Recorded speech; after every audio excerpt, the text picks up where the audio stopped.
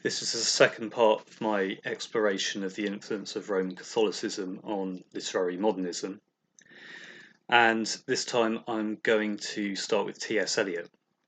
So, T.S. Eliot, the American who sought to become more English than the English, ultimately, declaring himself to be a royalist in politics and Anglo-Catholic in religion, is kind of emblematic of many of the things I'm trying to express here, in that his poetic forms were very radical. The Wasteland, from his pre-Christian days, being the most obvious case in point, but really even beyond his conversion with his Ash Wednesday, which is about his change of heart, being in free verse effectively, and of course his final great work, Four Quartets.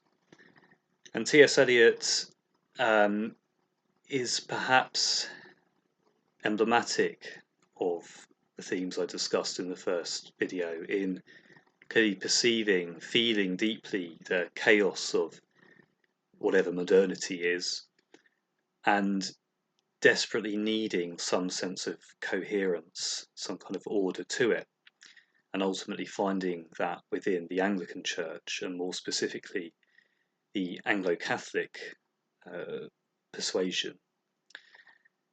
And I wonder if part of that as well was the emphasis on the sacraments within Anglo-Catholicism, something that was seen as deeply suspicious by the evangelicals within the Church of England, for whom the Word of God, the sermon, was of paramount importance. But maybe for a tormented intellectual like T.S. Eliot, the immediate, almost unthinking acceptance of the sacrament was a blessed relief from his internal and personal chaos. Other figures from the time who were Roman Catholic, who I think are worth noting in these regards, would be Eric Gill and David Jones, who was associated with him. Eric Gill was an artist who sought to found communities that would embody something of the medievalist ethos of harking back to a time of guilds, of a time when one's work was something you took pride in and was artistically significant. There's a lot to agree with, I think, for me anyway, in his essays. Unfortunately, his personal life was horrendous, to say the least, and certainly gives one food for thought in how someone can be apparently a traditional believer in a very traditionalist religion, but have a personal life that seems to be completely disregarding certain ethical teachings of that tradition. And David Jones is of a somewhat similar nature. From his biographer Thomas Dilworth, it seems that David Jones probably wasn't aware of the full extent of Eric Gill's actions, but Jones himself, although committed to Roman Catholicism and to the Mass, clearly didn't accept the Roman Catholic sexual ethos, particularly in terms of what he thought was acceptable or not.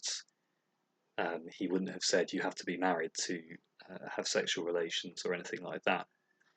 So for Jones, who converted after his service in World War One, in which he was the longest serving war poet, so to speak, it was almost the mass, the ceremonial aspect of Catholicism that was of paramount importance to him.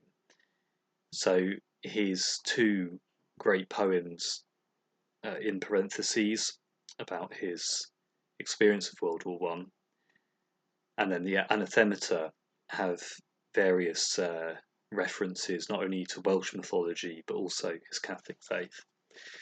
But particularly in the anathemata, the whole poem is structured by the Mass. It starts with the Mass and sees a whole sweep of British history from prehistoric times through the Roman Empire to the present day in the lens of this, in the way he saw the Mass gathering together all of history, gathering together past mythologies and beliefs, and sort of fulfilling them. So for him, you could say the ascetic of Roman Catholicism was of paramount importance, but the ascetic, maybe in its original sense, to do with the body, to do with the body's existence in the world, and an attempt to sum up the world as it had been to that point. But even Catholics, Roman Catholics, who were sort of more serious in some ways about the dogmas of the faith in general, could be surprisingly loose in their personal lives. I'm thinking of Evelyn Waugh, who famously converted. And although he had an almost steely, cold rationale for his conversion, and which he was always clear about, he was always clear that he converted because it made absolute intellectual sense and was the only antidote to the chaos he saw as coming on society. He continued to have affairs with people, and it seemed that he could reconcile this somehow with his conversion. I don't know much about Graham Greene, but I gather similar things went on there. And even Waugh's odd because he really did believe, in some sense, when the poet John Betjeman, when his wife Penelope was considering converting to Roman Catholicism, as she actually did.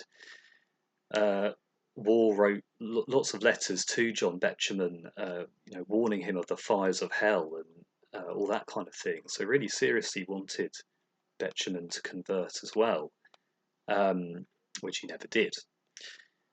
So Waugh, another one who was radical, so to speak, in his personal life, and yet also obviously had a strong need for this strict system of dogma. And where did all this end up? Well, it ended really with the Second Vatican Council and the changes in the liturgy and the Mass that took place with that. So the Latin, the language, the dead language that the Mass had always been in, was no longer mandatory. The vernacular was encouraged. The priest no longer faced away from the congregants towards the altar, but the priest was to face towards the congregation. And at least two of these figures who lived to that time were pretty much devastated by this. David Jones said that he used to look forward to going to the Mass every week, but now he just didn't. Evelyn Waugh had campaigned very heavily beforehand against the proposed changes and himself died really bitterly disappointed by them. Another figure I haven't gone into too much, J.R.R. Tolkien, the author of The Lord of the Rings, which I think in many ways is a sort of Roman Catholic allegory, whatever he said.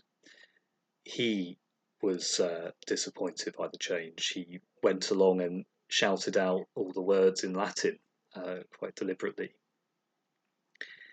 And it's interesting to me in that, as far as I'm aware, and tell me if I'm wrong, I can't think that there's been as many significant Roman Catholic literary figures since the Second Vatican Council. And maybe and apparently outdated, pre-modern form of Christianity was necessary to provide some kind of undergirding for their creativity, something to build off that was something from another world almost, from a pre-capitalist time, something to bounce off in a way. But maybe with the Second Vatican Council, it suddenly seemed like, oh, Catholicism could be just as malleable according to the demands of the modern age as any other form of Christianity. And maybe that was a crushing blow that Catholic art and literature could never quite recover from.